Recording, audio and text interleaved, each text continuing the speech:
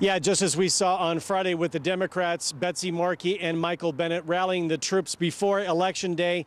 Ken Buck and Cory Gardner doing the same today here in Fort Collins, just one day before the midterm election. Go, Ken, go! Go, Ken, go! Go, Ken, go! This morning, both Ken Buck and Cory Gardner were met with applause at Colorado GOP Victory headquarters in Fort Collins as the clock begins to wind down on a very busy and bumpy election road. It was a tough primary. It's going to be a tough general. I'm a district attorney. I'm not a former governor. I'm not a former congressman. So I knew that to get my message out, it was going to be an uphill battle, and it has been. This is no sleep, no rest, and we're going to keep working through 7 o'clock November 2nd. Volunteers and supporters frantically working the phones to get the vote out for all the GOP candidates. Republican National Committee co-chair Jan Larimer joining Ken Buck today to show her support for Buck and her optimism. And thank you very much, Colorado, because Ken is going to be a terrific senator for all of us.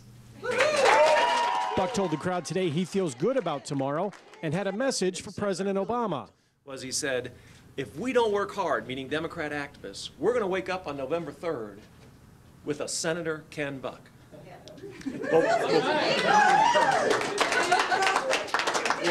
Well, President Obama, you're going to wake up on November 3rd with a Senator Ken Buck, and on November 4th, and on November 5th. Gardner says that hundreds of volunteers have been working overtime as we draw closer to Election Day, knowing what the impact of this election is. This is an exciting time in our country, and people are really stepping up because they recognize this as a historic opportunity to change the direction of a nation. There's a lot of energy, a lot of volunteers, a lot of people want to make sure we get this right this time. Now, as far as election parties, Cory Gardner will be holding his party at the Embassy Suites in Loveland. Ken Buck will be in the Denver Tech Center. Of course, we will have complete election result coverage tomorrow night on Northern Colorado 5 News at 10. Reporting in Fort Collins, Tom Livingston, Northern Colorado 5.